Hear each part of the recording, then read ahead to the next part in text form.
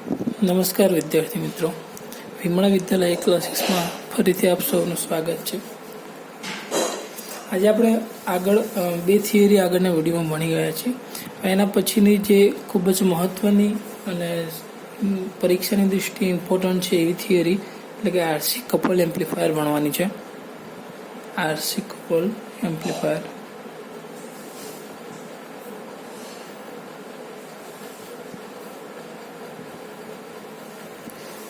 કારણ કે આપણે કપલિંગ કયા રીતના 4 રીતના હોય છે એને બધું આપણે આગળના વિડીયોમાં ભણી ગયા છે. એવાનું છે આરસી કપલિંગ, એનું આપણે આજે ભણવાનું છે.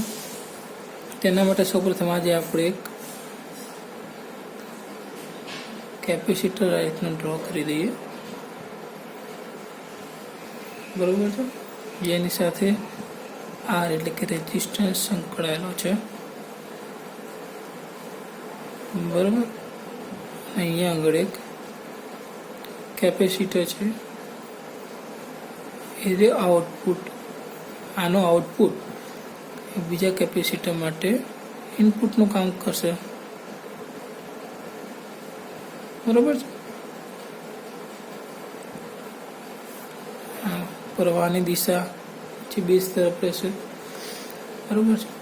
અને અહીંથી પણ આગળ આના કેપેસિટર, અને અહીંયા આગળ આપણે આગળ જેટલા પણ સ્ટેજ જોઈન કરવા હોય ત્યાં આગળ જોઈન કરી શકીએ છીએ. આવી રીતે જેમ અહીંયા પણ અવરોધ છે એમ અહીંયા આગળ પણ એક અવરોધ આવશે, બરોબર છે. ઓકે, હવે જે અહીંયા નીચે આપણી પાસે એમીટર છે, પર અહીંયા કલેક્ટર છે એટલે આને આપણે આરસી કહી દઈએ, કેપેસિટરને સીસી નામ આપી દઈએ, બરોબર. અને આવી રીતે આ પણ આરસી, આ પણ સીસી છે. હવે જે અહીંયા આગળ આપણી પાસે જે એ મીટર છે, એ મીટર સાથે આપણે એક રેઝિસ્ટન્સ જોઈન કરીશું, જેને આર ઈ નામ આપીશું, અને એને જ સમાંતર એક કેપેસિટર જોઈન કરીશું, જેને સી ઈ કહીશું, અને એને આને આર ઈ કહીશું. એવી જ રીતે આની અંદર પણ આવશે, જે સ્ટેજ 2 છે એની અંદર પણ એનો અવરોધ થઈ ગયો, એનું થઈ ગયું કેપેસિટર. આને સી ઈ કહીશું અને આને આર ઈ કહીશું, બરોબર છે. અને આ આપણે નીચે લંબાવી દઈએ છે. એવી જ રીતે આનું પણ આગળ, જેમ અહીંયા આગળ આપણે કેપેસિટર જોઈન કર્યું છે એની આગળ બીજું એક ટ્રાન્ઝિસ્ટર હશે, તો આ કેપેસિટીની આગળ પણ એક ટ્રાન્ઝિસ્ટર હશે જે આગળથી કન્ટિન્યુ ચાલે આવતું હશે. ને સમાંતર વચ્ચેની સાઈડમાં આપણે બે અવરોધ જોઈન કરીશું, R1 R2,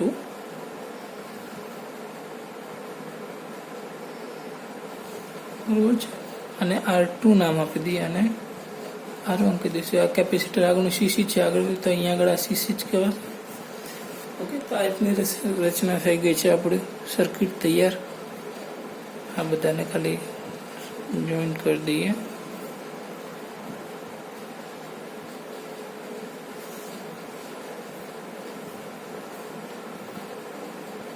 આ બીજી વસ્તુ કે જેમ અહીંયા R1 R2 જોડે એવી રીતે અહીંયા આગળ પર એક R1 R2 આવશે,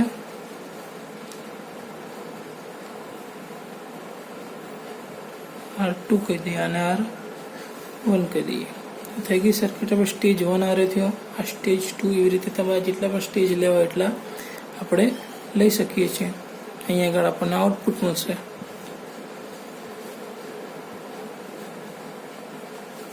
બરોબર છે. અને અહીંયા આગળ લોડ રેઝિસ્ટન્સ RL મૂકી દઈએ છીએ, બરોબર છે. ઓકે, તો આખી સર્કિટ આપણી 2 સ્ટેજ આરસી કપલ એમ્પ્લીફાયરની સર્કિટ થઈ ગઈ તૈયાર. આની અંદર આપણે 2 સ્ટેજ દર્શાવ્યા છે, જેમાં કોમન એમીટરને અહીંયા આગળથી આપણે કોમન કરી દઈએ છીએ. આજે આખું પોર્શન છે નીચે આર્યું, બરોબર. એમીટર અહીંયા કોમન કરતી હોય છે, એટલે કે કોમન એમીટર કન્ફિગ્યુરેશન ની મદદથી આપણે શું કર્યું, સિંગલ સ્ટેજ બે ભેગું કરીને મલ્ટી સ્ટેજ બનાવ્યું છે. ની મદદથી સિંગલ સ્ટેજ એમ્પ્લીફાયરનો સમાવેશ થાય છે આની અંદર, બરોબર છે. પરિપથમાં આપણે શું જોયું કે અહીંયા R1 છે, R2 છે, RE અને આ છે RC. એ ચારે ચાર ક્ષણિક જોડાયેલા છે. એ ચારના ઉપયોગથી અહીંયા આગળ લખવાનું VCC વોલ્ટેજ આપવાનો છે. એ ચાર સાથે VCC ના ઉપયોગથી આપણે સેલ્ફ બાયસિંગ કરવાનું છે અને જે ટ્રાન્ઝિસ્ટરને શું કરે છે, સ્થિરતા પૂરી પાડે છે. અહીંયા આપણે એવું લખી શકીએ કે R1, R2, RE અને RC, RE અને RCC સાથે VCC ની મદદથી સેલ્ફ બાયસ પૂરું પાડે છે.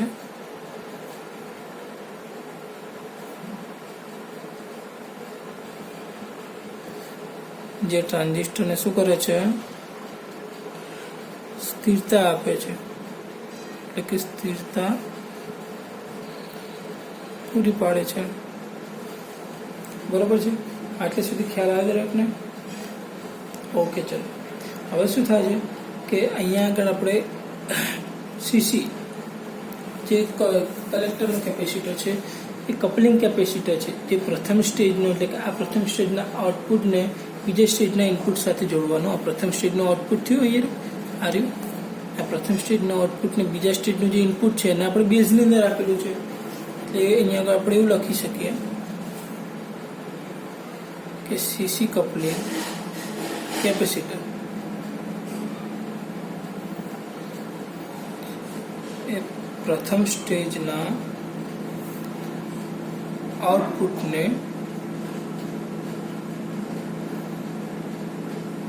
બીજા સ્ટેજના ઇનપુટ સાથે જોડે છે.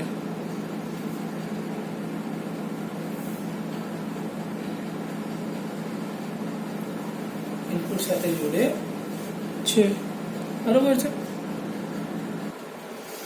ઓકે, તો હવે સીસી કપલિંગ કેપેસિટર શું કરે છે કે એક સ્ટેજનું જે એસી સિગ્નલ છે, એસી સિગ્નલ એને જવા દે છે. એટલે આપણે એવું કહી શકીએ કે અહીંયા સીસી કેપેસિટર કપલિંગ કેપેસિટર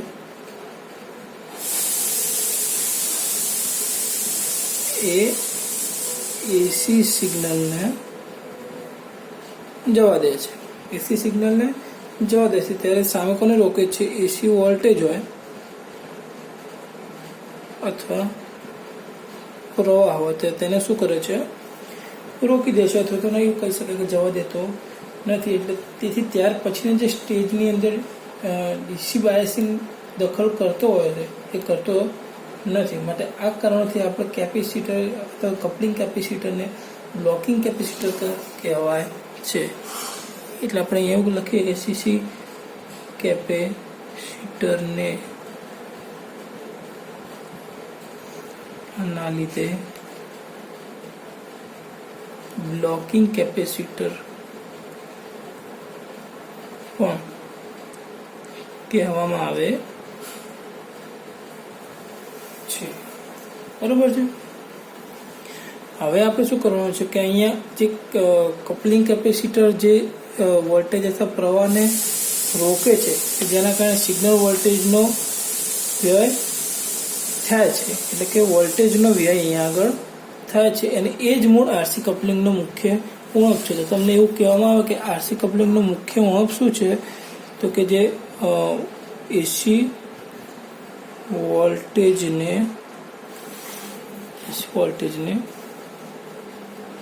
રોકે છે, તે જ આરસી કપલિંગનો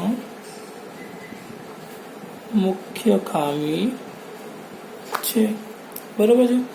આરસી કપલિંગને આ જ મુખ્ય ખામી છે, પરંતુ એની અંદર એક એવી વસ્તુ જોવા મળે છે કે જ્યારે આપણે એમ્પ્લીફાયરનો ઉપયોગ 10 હર્ટ્ઝ કરતાં વધારે ફ્રીક્વન્સી માટે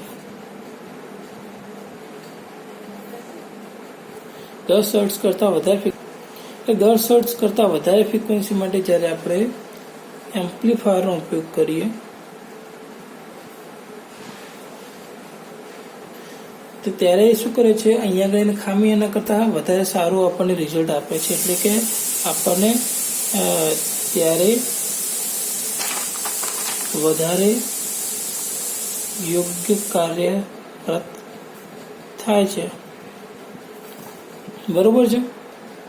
અને સીઈ કે જે એમીટર કેપેસિટર છે એ બાયપાસ કેપેસિટર, એને આપણે બાયપાસ કેપેસિટર પણ કહેવાય છે, જે શું કહે સિગ્નલને ઓછો રિએક્ટન્સ પથ આપે છે.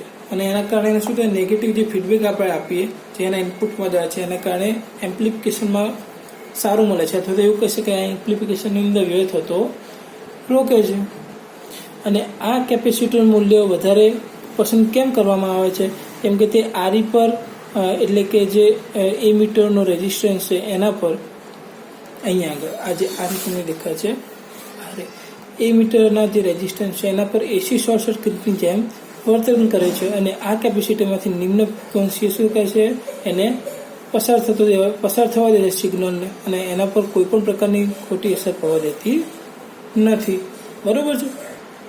અને આ જે કેપેસિટર છે શું કરશે, જે પ્રથમ સ્ટેજનું બેઝ છે એને એસી સિગ્નલ અહીંયા આગળ આપવામાં આવે અને તે જે આઉટપુટ થઈને એમ્પ્લીફાય થાય છે એ એમ્પ્લીફાય એ આરસી પર જ્યારે આવે છે, અહીંયા આગળ આરસી પર અહીંયા એમ્પ્લીફાય થઈને આરસી પર આવે છે ત્યારે તે એના કળા શું થાય છે, ઉલટાઈ જાય છે, વિરુદ્ધ કળા સાથે ત્યાં આગળ જોવા મળે છે. અને એમ્પ્લીફાય સિગ્નલને કપલિંગ કેપેસિટર મારફતે આપણે દ્વિતીય સ્ટેજના બેઝને આપવામાં આવે છે. અહીંયા કપલિંગ કેપેસિટર છે ને, અહીંથી થઈને જ્યારે એમ્પ્લીફાય થાય છે ત્યારે અહીંયા આગળ આરસી પર એની કળા ઉલટી થઈ જાય છે અને કપલિંગ કેપેસિટર દ્વારા આપણે બીજો જે ફેઝ છે, બીજું સ્ટેજ છે એના ઇનપુટની અંદર એડ કરવામાં આવે છે. અને દ્વિતીય સ્ટેજ એ મળતું સિગ્નલ ફરીથી આપણે શું થાય છે, અહીંયા દ્વિતીય સ્ટેજથી એમ્પ્લીફાય થાય છે. એટલે અહીંથી એમ્પ્લીફાય થઈને અહીંયા આગળ દ્વિતીય સ્ટેજમાં આવ્યું, ત્યાં પણ એમ્પ્લીફાય થાય છે અને ફરીથી કળા ઉલટ થઈને અહીંયા આગળ બીજા સ્ટેજની અંદર જાય છે. અને એ રીતે આપણે કહી શકીએ કે અહીંયા આગળ કાસ્કેડેડ સ્ટેજ સિગ્નલ એમ્પ્લીફાય કરે છે. આપણે જે આગળ ભણ્યા હતા ને સિગ્નલની બે પ્રકારમાં આપણે કહ્યું હતું જે સિગ્નલ થાય છે, એવી રીતે અહીંયા કાસ્કેડેડ સ્ટેજ સિગ્નલ એમ્પ્લીફાય થાય છે. અને એના કારણે શું થાય છે, એમ્પ્લીફાયરનો ટોટલ ગેઇન પણ વધે છે. એમ્પ્લીફાયરનો કુલ ગેઇન વધે છે. બરાબર છે. અને એના કારણે શું થાય છે, આપણે જ્યારે પણ અહીંયા આગળ ઇનપુટમાં જે કળામાં સિગ્નલ આપ્યું છે એ બે વખત ચેન્જ થઈને આઉટપુટમાં આપણને એ જ કળાની અંદર મળે છે. એ પણ આપણે અહીંયા આગળ લખી શકીએ કે આઉટપુટ તથા ઇનપુટ સાથે તે સમાન કળામાં હોય છે. અને કેમ હોય છે, કારણ કે તે બે વખત કળા ઉલટાવે છે. બરાબર છે. તે બે વખત કળા ઉલટાવે છે એટલે ઇનપુટને આઉટપુટની અંદર જ્યારે મળે છે ત્યારે સમાન કળાની અંદર રહેલું હોય છે. બરાબર છે. અને આપણે અહીંયા આગળ એ પણ ધ્યાનમાં રાખવું પડશે કે એમ્પ્લીફાયરની આપણને જે કુલ ગેઇન મળે છે એ સ્વતંત્ર સ્ટેજના ટોટલ આપણે ગેઇનનો ગુણાકાર કરીએ એના કરતાં શું થાય છે, આપણને થોડી ઓછી મળે છે. અને ઓછી કેમ મળે છે, કેમ કે જ્યારે અહીંયા આગળ આપણે દ્વિતીય સ્ટેજની અંદર પ્રથમ સ્તરનું આઉટપુટ દ્વિતીયના જાય ઇનપુટની અંદર જાય છે ત્યારે એને આપણે જે આ અવરોધ ગોઠવ્યા છે આ અવરોધના કારણે એ શન્ટિંગ ઇફેક્ટમાં ઘટાડો થાય છે અને એના કારણે પ્રથમ સ્ટેજનો અસરકારક લોડ અવરોધ જ્યારે મળે છે એ ઘટે છે અને એના કારણે આપણને ગેઇન ઓછી મળે છે. બરાબર છે. ઓકે, તો વિદ્યાર્થી મિત્રો હવે આ થિયરી આપણે અહીંયા જ રાખી છે. આની પાછળ બસ થોડું જ પોર્શન બાકી છે જે આપણે નેક્સ્ટ વિડીયોની અંદર લઈશું, પૂરું કરશું. Okay, thank you.